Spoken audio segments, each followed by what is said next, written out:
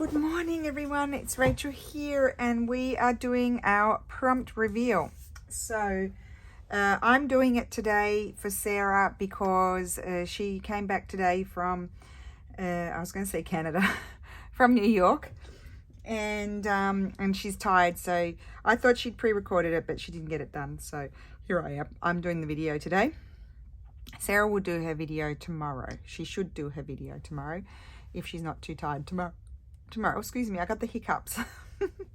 Okay, so the next prompt or prompts are fountain or pond. Now, some of you will be picking yourself up from the floor because you've already done a pond. We've seen many ponds, ladies. So if you have done a pond, you can do a fountain. If you've done a fountain, find a spot and put a pond in there. If you've done both, you're going to have to sit this one out. So you might have to go back in and see where you might need to work back into things that you've already done. Might add some more flowers or bees or ants or snails or bunnies or hedgehogs or echidnas if you're in Australia, because there are no hedgehogs in Australia. You can go back and work into things. This is what we were saying about going ahead. It's fairly obvious what some of the prompts are going, well, nearly all of the prompts have been fairly obvious. So if you do go ahead, you need to be aware that you are probably doing something that's coming. So, and it's not a problem, it's not a scolding or anything, it's just really whether you want to have the joy of the prompt reveal or just go ahead and do it. And then have to work back into it. So I'm thinking I'm going to do a fountain. I thought about a pond, but I think I'd like a fountain more. I'm more of a fountain girl.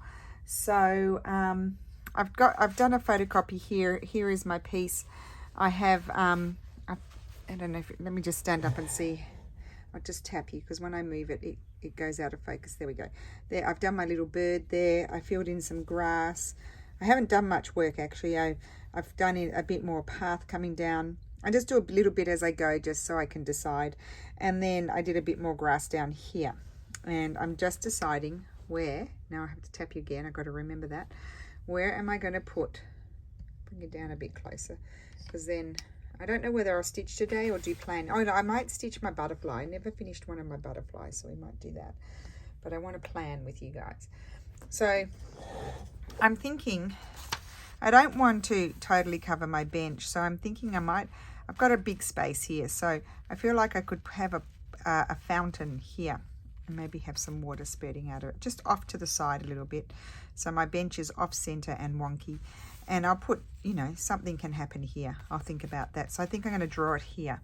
So I just grab I probably should grab a pencil. I just like to plan it on my piece of paper before. I'll just make sure I come down far enough. I don't know how well it's actually going to show up on there, because I was just going to do back stitch sort of embroidery on it. I wasn't going to fill it in, but maybe I'll fill it in, who knows. Anyway, I'll draw it here. It's going to be my pond, I keep saying pond, it's going to be a fountain. And I'm not, you know, it won't be perfectly symmetrical. I'll go over it in pen in a minute so that way you can see it better. It won't be perfectly symmetrical, but I'll do my best. So this will be, I can hardly see it. That'll be more like, I'm just doing a little line down there. That's the center. So I'm going to have,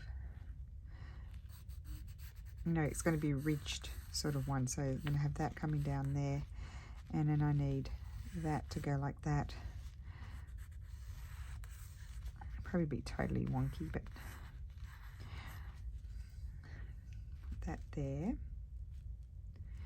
And then it's going to have little skirty bit there.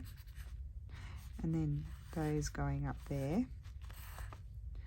And just a little thing here. And this little sort of pedestal sort of thing. There we go. That's my fountain. So let's just go over that quickly with a pen. I've got a blue pen here. just to have an idea. I'm not going to trace it. I'm going to draw it onto my thing. So it's a bit like that. Then that goes like that down there. And that like so. And then we'll have this one, that one, and there we go. I can see that better now. And I might just even have a little thing like that.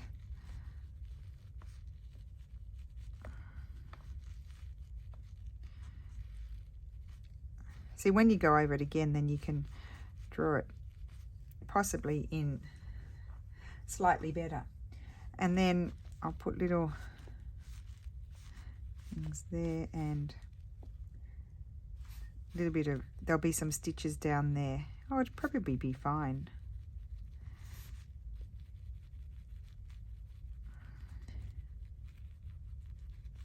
So this is a bit inspired by those vintage embroideries. And then, do they have a little spouty thing?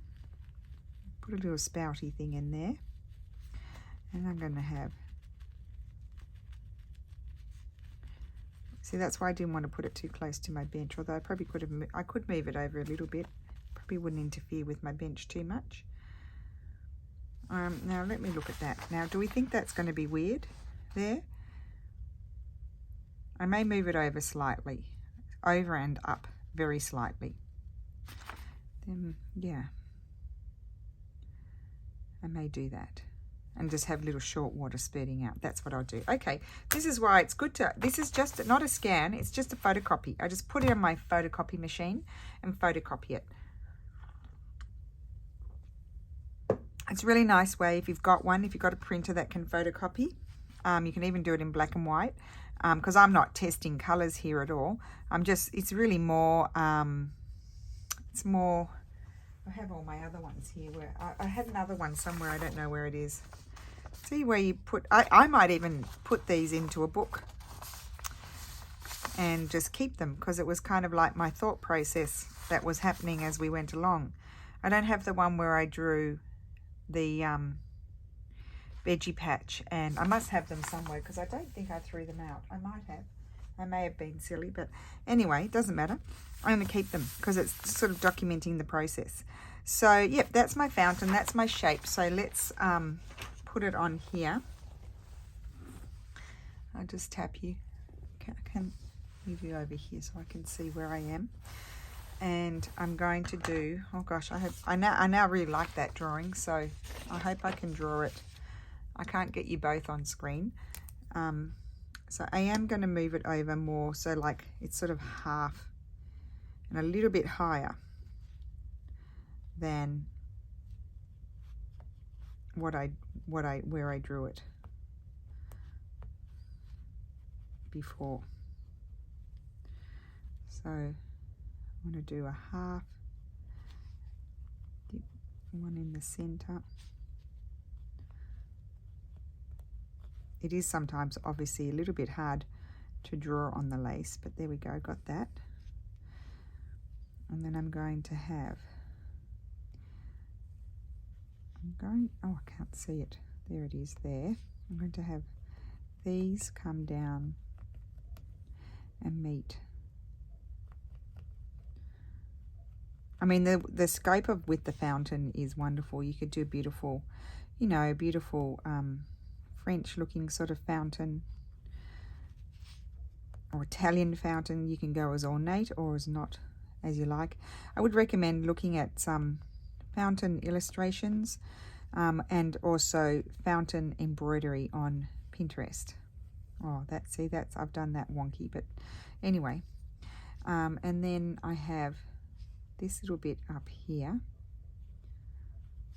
where the water's going to spurt out, and then a little piece under here where the pedestal sort of is going to go on, and then to be a little bit wider. I won't draw on any of the shading I was planning. Now if you can't draw, like I can't draw, but I can do enough that I can sort of cover it up with stitching. if you're not confident drawing, you can use a clear plasticky sort of thing called Solvay. You trace your drawing, tack the Solvay on there, and then embroider it right onto the Solvay, and then, or you can pull the Solvay off, or you wet it and then it melts away. But you kind of have to wash it quite well, because otherwise the Solvay tends to, it tends to be thick where the Solvay went into the fabric. The other option is to use like a carbon paper and do it. I don't know how well, if you had a really strong light box, you might be able to see, but there's quite a lot of layers there, so I don't know whether that would work. But I think there are even carbon papers that don't mark as much as the ones for paper. There are ones for sewing that just very slightly mark if you want to use a carbon paper sort of thing. So there's my fountain. That's obviously crooked, and I'll have to I'll fix all of that up with my stitching. And then here I'll have the water coming out. And then I need to have a think about what's going to happen down here. And I'm going to have little bits of grass or something, flowers or grass or something happening around there. So I'm not going to stitch that today because I want to have a think about my colors and how I want to stitch that. But I am going to come up here today and see my butterfly. It's fading fast. So I need to decide my colors. Actually, I'll get my butterfly. See, this is why, good thing I kept that, because I've got my butterfly drawn quite well here. There it is. So I think I will stitch that and then let you go. So let's see what's going to happen. I'll just sort of refer to it. So in the center of the body, I think I've done brown. I might do like a dark blue, and I'm going to use, not that one, Appleton wool, which is what I used for my bird. That's not dark enough. I want a really dark one. This one will do. So I'm going to use my Appleton wool for this. So I'll do the body first.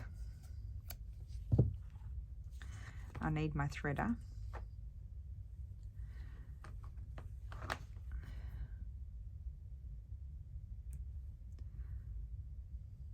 If I hadn't have attached this threader to the needle book, I can guarantee you, I actually have another one, a new one. I don't know where I put it. I have no idea where it is. I'm sure I'll find it. It's here somewhere. But I would have lost it. So I've got the new one just in case this one breaks, because sometimes I struggle with it. I am going to just do satin stitch. So you could outline the body first if you want to. You will get a better shape if you take the time and do that, but I am not going to today. I just need to get this butterfly done.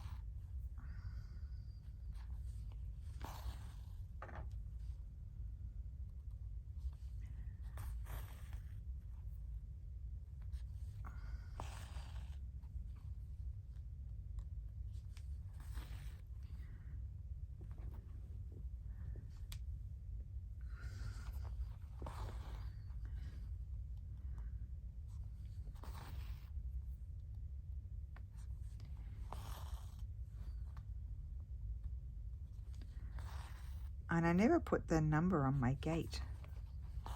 I had that flying around on my table somewhere, and I haven't put it on, so I'll have to go and find another one to put on there.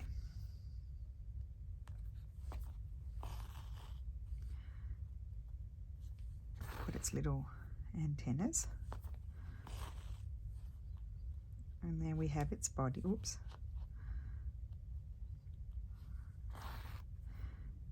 Okay.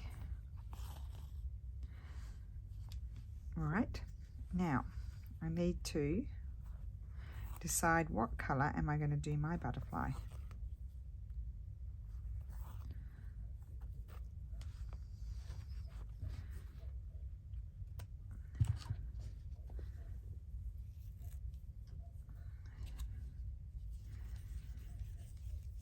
Okay, so I don't think I want to make it all blue. Let me just have a look here. This is the one that I had in Australia. Don't know whether to bring it in front of you or not. Oh yes, here we go. So lots of colours in here. Let me grab my piece. Probably something variegated.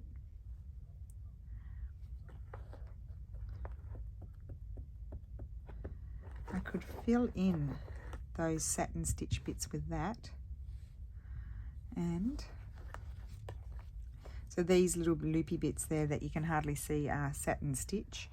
And then what would I do? Will I go purple or will I do a different colour?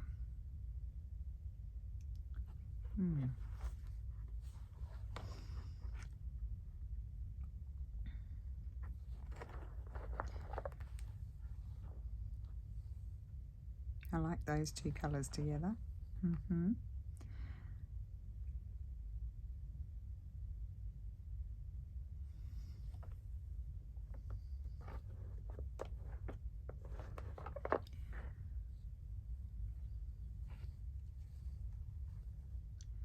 What if I were to outline and put that in there? Oh, I think I quite like that.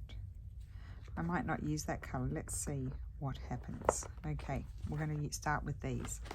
Just slide that out of the way. Okay. So first I'm going to do my outlining.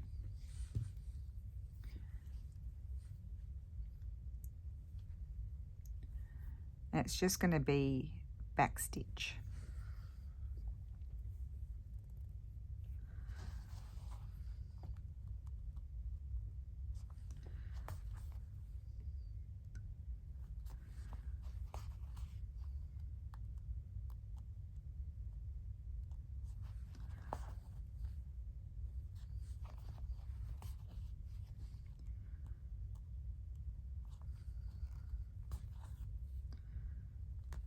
So I'll go around the outline.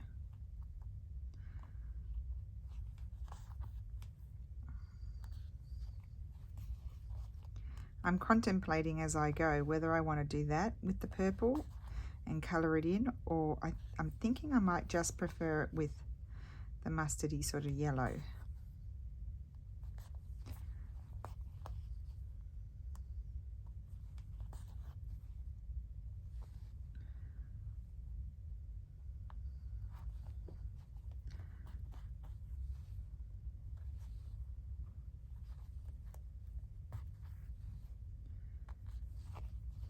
So how is everyone today? Did I even ask that? It's glorious weather outside. I think I need to pull out my summer clothes now. Not that I'm going to be running around in a t-shirt, but we certainly don't need our winter woolies anymore. Except in the evening and the morning, it's cool. It's still cold. Like this morning was 8 degrees when I went out to the post office. I had to go twice. I shipped an amount, and then the silly machine that prints the you know, the price label, the stamp, really, because they don't use real stamps now. It broke. Like it wouldn't.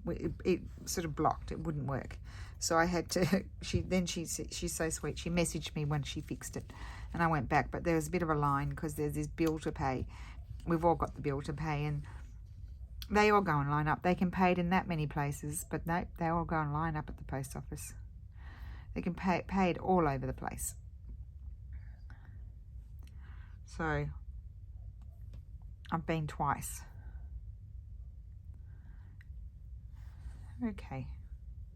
I am liking this colour. So before I go any further, I'm going to embroider the veins.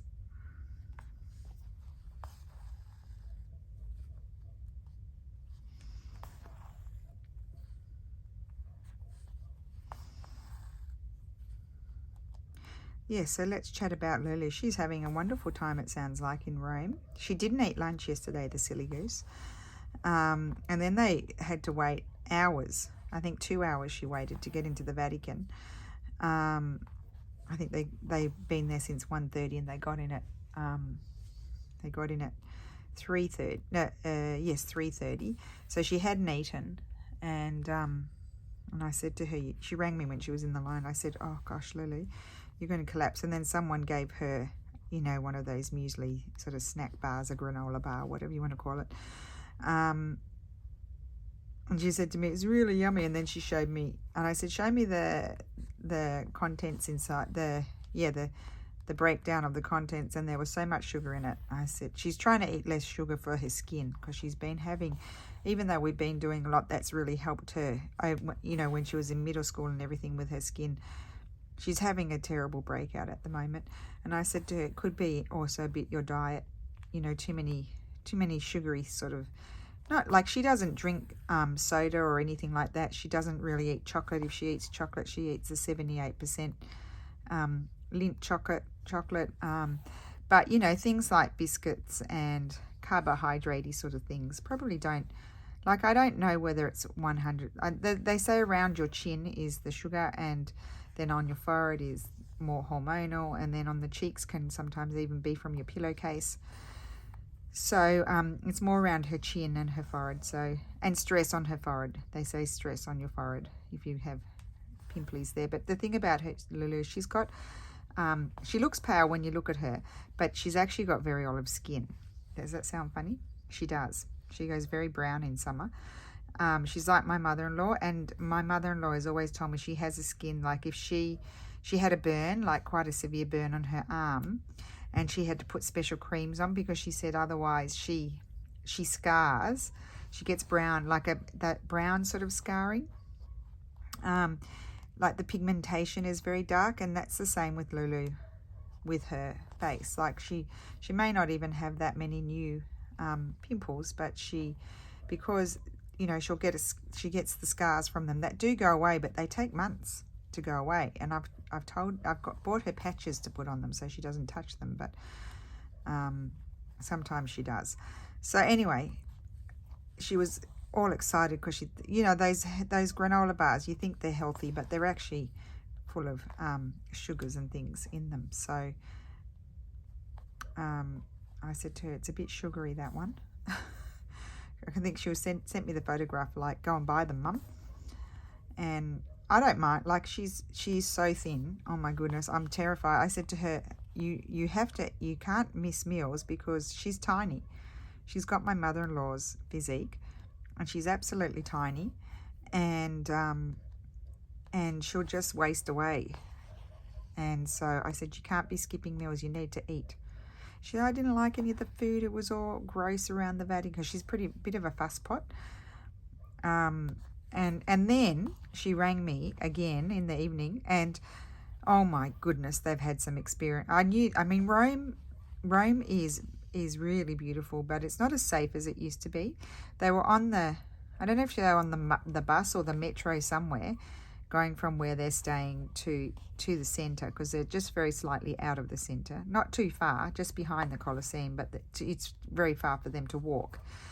And she said, now I hope I don't offend anyone, but a couple of the girls on the bus, there was a pervert putting his hard thing on them and everything, and groping at them. And I'm like, oh my gosh, did they I think they did call the prof, sort of thing.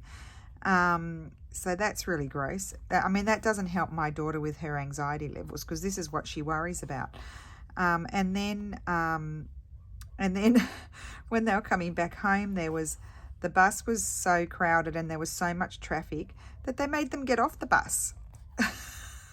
It's so bizarre. And they made them get off the bus, and they had to walk. And so she rang us, and she said, oh, I can't walk anymore. They've literally got to think they've been walking all day. And she said, I can't cope, I can't walk anymore. And so Steph, because we've got Find My Phone in case Lulu loses her phone. And also, like, sometimes she goes out at night with her friends, not late or anything, but we like to know where she is, just to make, not because we're checking on her because she's so trustworthy, just because, you know, just in case something happened, or if she lost her phone, then we'd be able to find it. Oh, I've done bodgy stitch there. Just a minute, going to go back down and do it again. And so they were walking back to where they're staying at the nunnery, a convent. And it's that, not, Lulu was a bit perplexed about it, but it's not been so bad. And so, but it was like 8 o'clock at night, and they're supposed to be in the you know, eating their dinner. I said, oh my gosh, had the professors called because the nuns need to feed you all. You've been walking all day and you haven't had any lunch. And I was freaking out. I said, ring me back, or don't ring me back. Message me when you get back and let me know that you're eating dinner, because you can't not eat dinner as well. I mean, honestly, guys, she's tiny. And so, she did. They had to walk so far. Do you know how many steps they did yesterday? 28,000 steps. 28,000.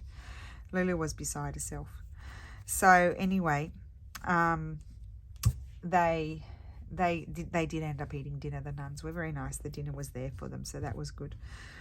And Lulu said there's a Spanish Catholic school there as well. She thinks they might be a tiny bit younger than they are, but she said they're across the hall and they make a lot of noise. There's heaps of them in one room. And she said, and the other day they kept knocking on their door, sort of thing. But a couple of them came and tried to socialize with them, which I think's fun. So I'm really pleased. I think she's having a really good time. I knew she would. I knew she just needed to get over herself and get out of her head. And I knew that she would have a really good time. I said, Lulu, gosh, when Sass and I were at school, we couldn't wait to go on a few nights excursion. It was just so much fun with your friends. You didn't always, well, we were allowed to choose who we slept with, but, you know, maybe you didn't always sleep with exactly who you wanted to, but, although I think I did. And so, yeah, we had a great time. It was so much fun. So I think it's been, she's sounding really happy, and I'm thinking she's having a really good time. And yeah, so I mean, Stephanie, I thought I'd be really, you know, what will I do without Lulu? She's always been attached to my hip. And I always tease her because when she was little, she used to follow me around everywhere. And I'd say, stop following me, sort of thing, because it like literally turn around and crash into her. And I tease her now and I say, you don't follow me around anymore, Lulu. You don't do it. What's wrong with you? Sort of thing. She thinks it's hilarious. But no, we've been fine. We've kept I was so busy yesterday, I didn't have time to even worry about it. And I'm just curious to know what's happening. It's like I'm at like 101 questions. But these kids these days, they just don't ask questions. Like if her friends go out without her, and I say to her, oh, how was their night? Did they have a good time? And I try to encourage her to go, but she doesn't always feel like it. And she's like, oh, yeah. And I'm like, well, what time did they get home? Where did they go? What did they do? I don't know. I'm like, didn't you ask? And she's like, no.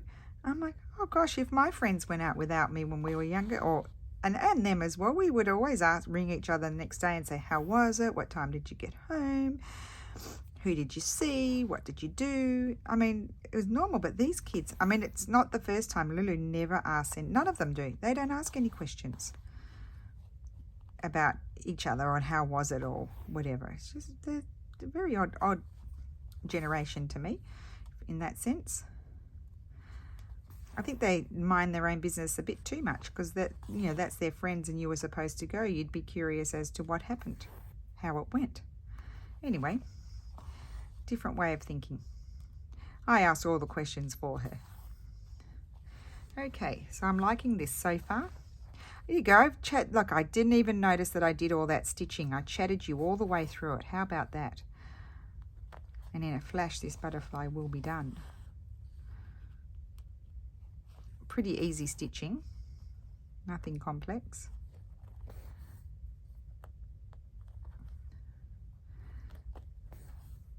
Okay.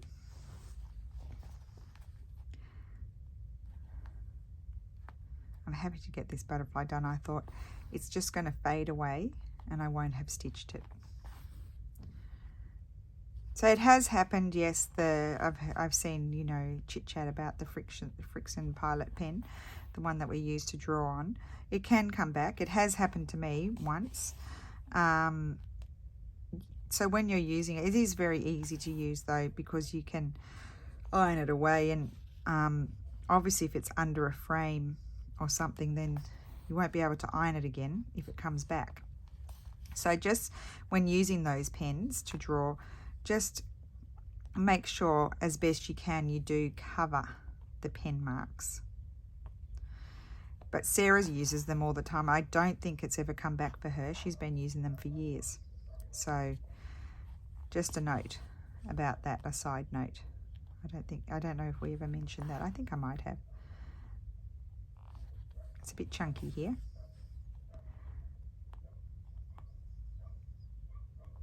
Oh my gosh, guys, Nantes is on. Has anyone ever been to Nantes, to the Pour l'Amour du Fil? Oh my goodness, it's run by Quilt Mania. I went there quite a few years ago. I can't remember now.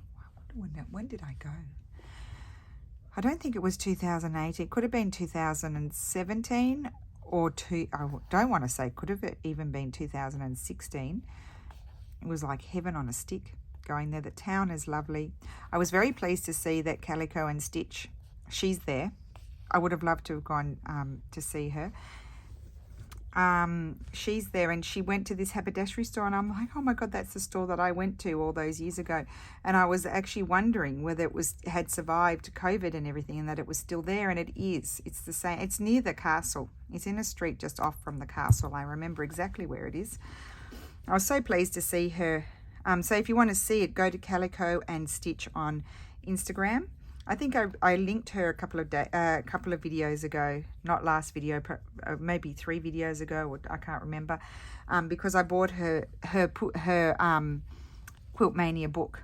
They do the most beautiful books. They really do. They're in English and French together. So on one side it'll be English and the other side it'll be French. They are so beautifully done. All of my Cecile, Francine, I can't remember how you say her last name. Cecile Fran something, but she goes by the name Cecile. She always has a stand there, and I did buy from her stand when I went. So now I'm doing my little loopy bits. Actually, I think I'm going to change my mind. I'm actually going to, first I'm going to outline them. I'll only do one side, and then I'll recap and let you go. But anyway, I did go to her stall, and Leah Stansel was there. They're incredible French embroiderers that use a lot of ribbon embroidery and all kinds of incredible sort of fibers and stuff in their embroideries. But the town is lovely, and honestly, if you have something to do on your bucket list and you have a trip to Europe it's at this time of the year. Do they do it twice a year? I think it's only once a year. I can't think. I think it's usually in April. That's when I went. And so I've lost my train of thought. Just a minute, I'll get it back. Yeah, it's really a lovely, lovely thing to go and visit. It's like a quilt show kind of, but really incredible people that you might have admired on Pinterest, or like Segalaine and Judy Newman. Lots of Aussie patchwork people go. Lisa's there this year, Lisa Mattock. And so yeah, lots of incredible stitches are there. And there's wonderful stalls, and you can buy beautiful fabrics and patterns and all kinds of things.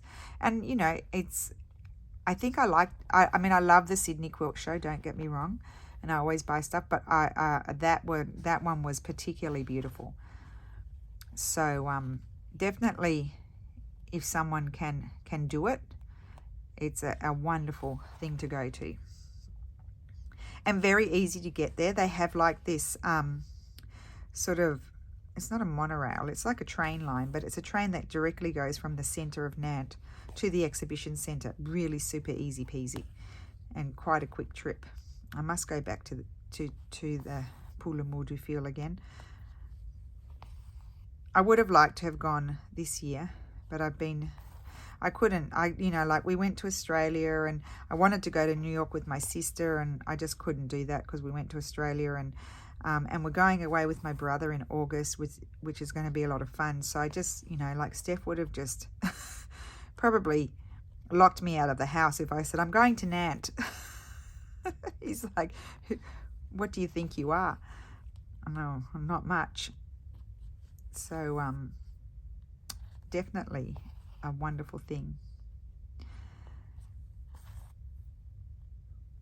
Oh, and I went there with 3 of my friends.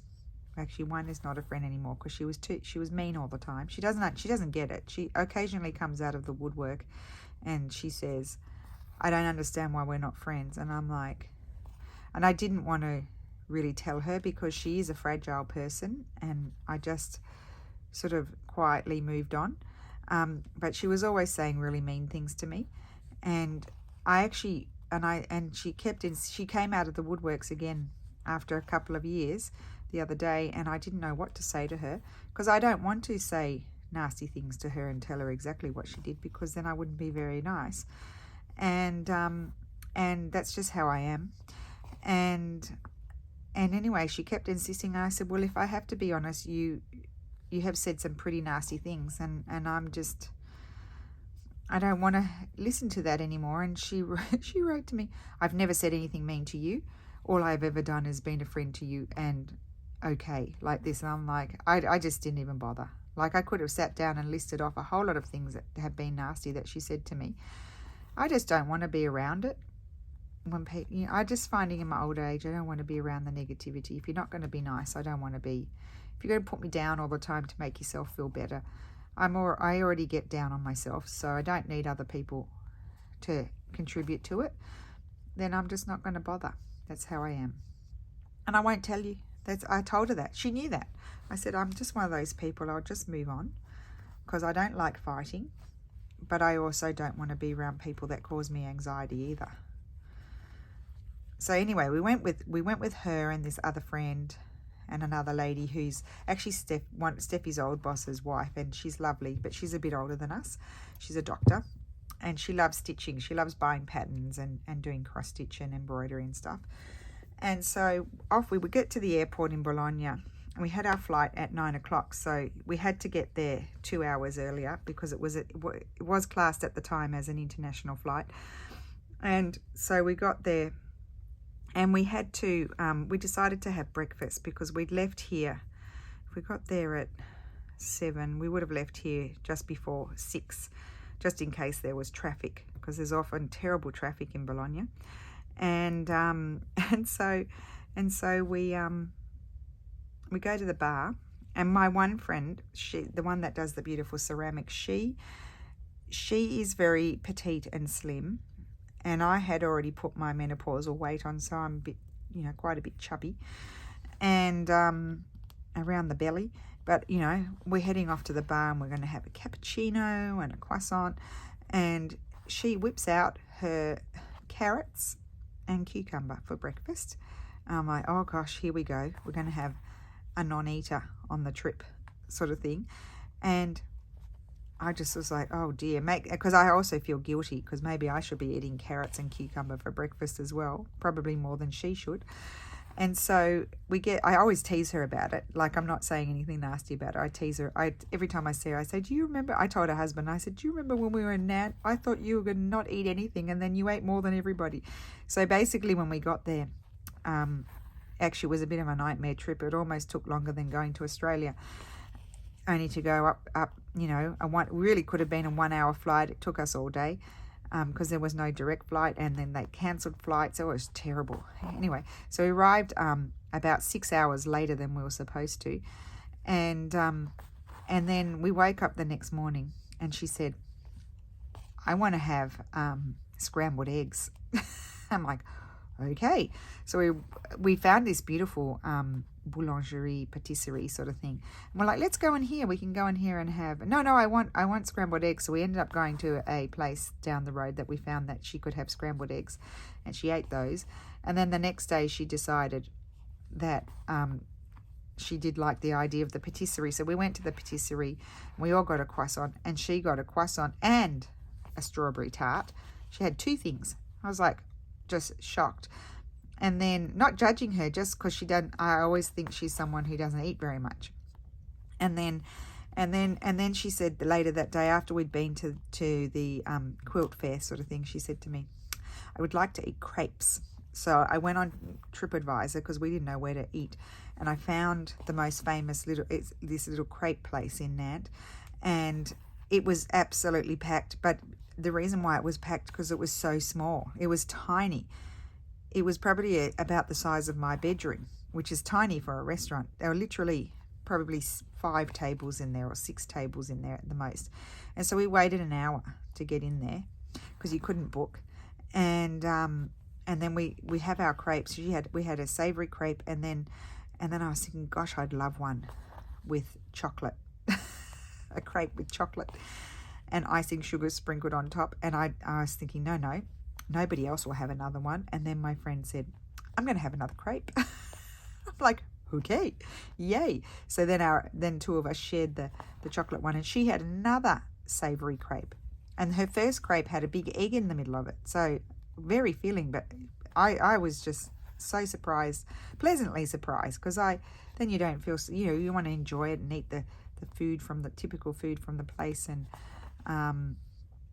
And so, if you're with people that don't eat, then you don't feel free to you feel a bit guilty about eating. So, yeah, that was very funny. It was an eye-opener. I always say that. And then I told her husband, and he said to me, oh, yeah, but when we go out, she always eats. She loves eating. It's just at home she doesn't eat a lot because she doesn't like cooking. So there we go. I got you through doing the butterfly. Now, what I think I might do on the butterfly is a few little dots. And I might whip out that other colour that I put away.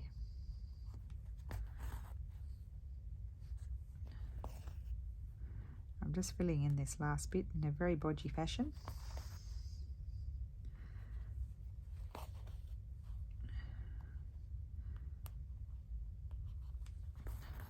Okay. Right. Now, I think, excuse me,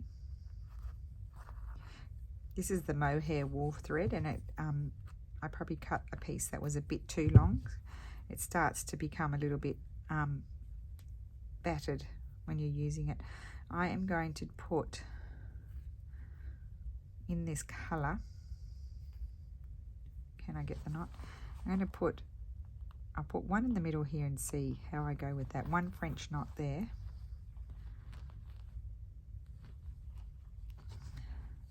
See if I want one. No, I think I might have a few. One over here. Or will I go up there? I'll go up here a bit more. I may not like it, but it doesn't matter. It's all trial and error, isn't it? Just leave it. There. Oh, that's a big one. Big bobbly one. Oh well, I'm just going to leave it. Doesn't matter. And then another one there.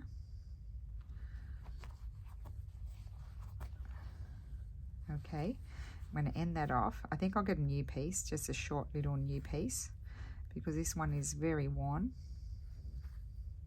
Actually, I'll do that after.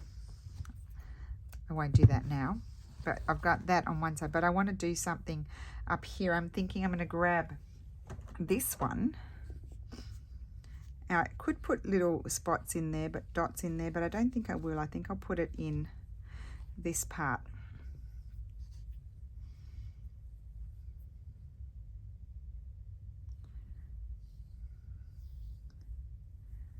Oh, I'm very happy with that. I'm going to put little French knots in here, just one in each. It's quite a thick thread, so I think it'll be okay.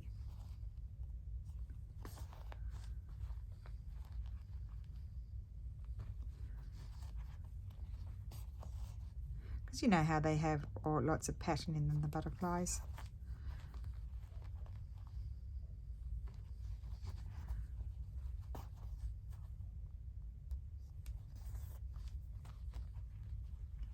So So I'm going to think about my fountain and decide whether I want to do like a short and long stitch fill to give it a bit of texture. I do like that. I don't, will I squeeze one in there? I think I should. I have to decide that, or do I just want to do back stitch?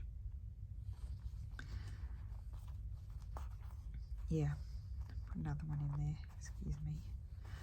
Okay, and then I'll jump over here and do the ones over here. So, oh, I love that. I love the colours. Love it. Just tap you. You should be in focus. I'm thinking, do I want to fill in? I might fill in there a little bit as well. Just a few stitches with this colour. I think I will do that. So that's that one. I think I'm going to outline this one too. It needs a bit of an outline, the wings, because I did pale colours. And then we've got the bench down here and the fountain. So next week we'll start stitching the fountain. So I may outline it with back stitch and then decide, do I want to colour it in or not, with you next week. So thank you so much for watching. And as I said, if you've done a pond, maybe put a fountain. If you've done a fountain, put a pond. If you've done both, you'll maybe go back like I have in here and I've done my butterfly. You may want to add things somewhere. There's things that you might feel like you needed to do a bit more work on. And if you're feeling it's all perfect, then maybe you'll have to sit this one out. So yeah, but I always think there's something more that you can do in your work. So there we go. Add another pot or something. So thank you so much for watching, and I will see you again next week. Bye.